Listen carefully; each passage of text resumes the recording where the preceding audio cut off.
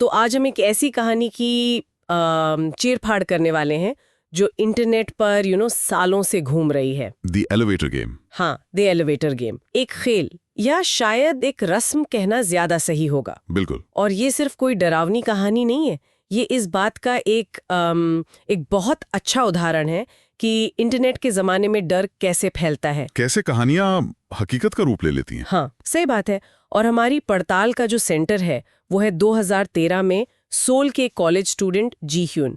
उसने इस online challenge को आजमाया और उसके बाद जो हुआ वो आज तक लोगों को डराता है। तो शुरू से शुरू करते हैं। हाँ, तो ये खेल आखिर है क्या? इसके नियम वो भी बड़े अजीब और मतलब बहुत सटीक हैं। हाँ, और यही बात इसे इतना असरदार बनाती है।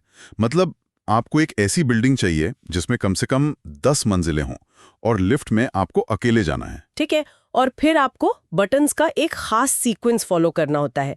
चौथी मंजिल, फिर दूसरी, फिर छठी, फिर वापस दूसरी और आखिर में 10वीं। सुनने में तो मतलब सीधा साधा ही लगता है। एक मिनट, यहीं पर सारा मनोवैज्ञानिक खेल शुरू होता है। अच्छा। ये नंबर ऐसे ही नहीं चुने गए हैं।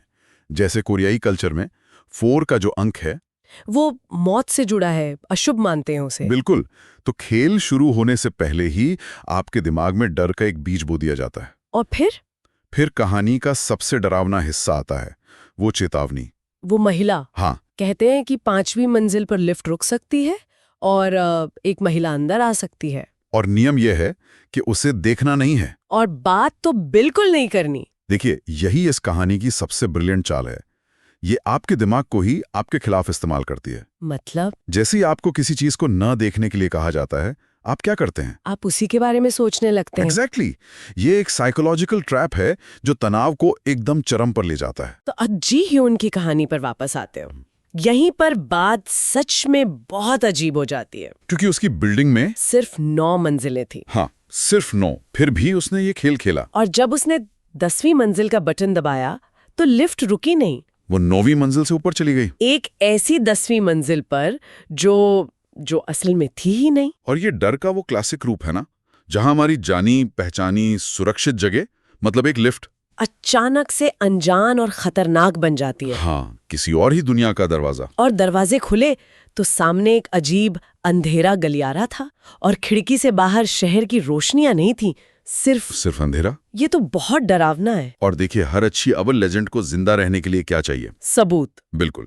और इस कहानी में वो सबूत है। सुरक्षा कैमरे की फुटेज। हाँ। और जब जी ह्यून ने बाद में वो फुटेज देखी तो उसके होश उड़ गए। जिस समय वो उस अजीब 10th मंजिल पर थी, ठीक उसी समय के लिए फुटेज में सिर्फ स्टैटिक था, झिलमिलाहट और शोर, पूरे 4 मिनट और 23 सेकंड के लिए। ये बहुत चालाकी से गढ़ा गया है। ये कोई मतलब पुख्ता सबूत तो नहीं है। नहीं, लेकिन शक पैदा करने के लिए काफी है। हाँ, आपको सोचने पे मजबूर करता है कि शायद इसमें कुछ तो सच्चाई है। और बात यहीं खत्म नहीं हुई। नहीं।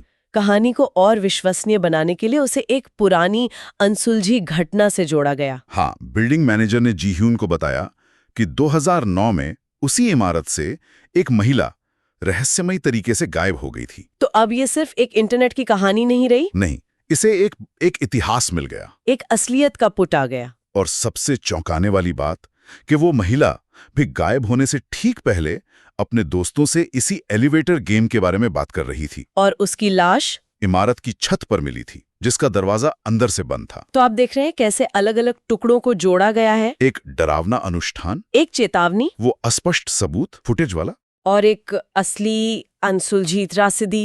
ये सब मिलकर इसे सिर्फ एक कहानी से कहीं ज्यादा पावरफुल बना देते हैं। तो इसका आखिर मतलब क्या निकालें?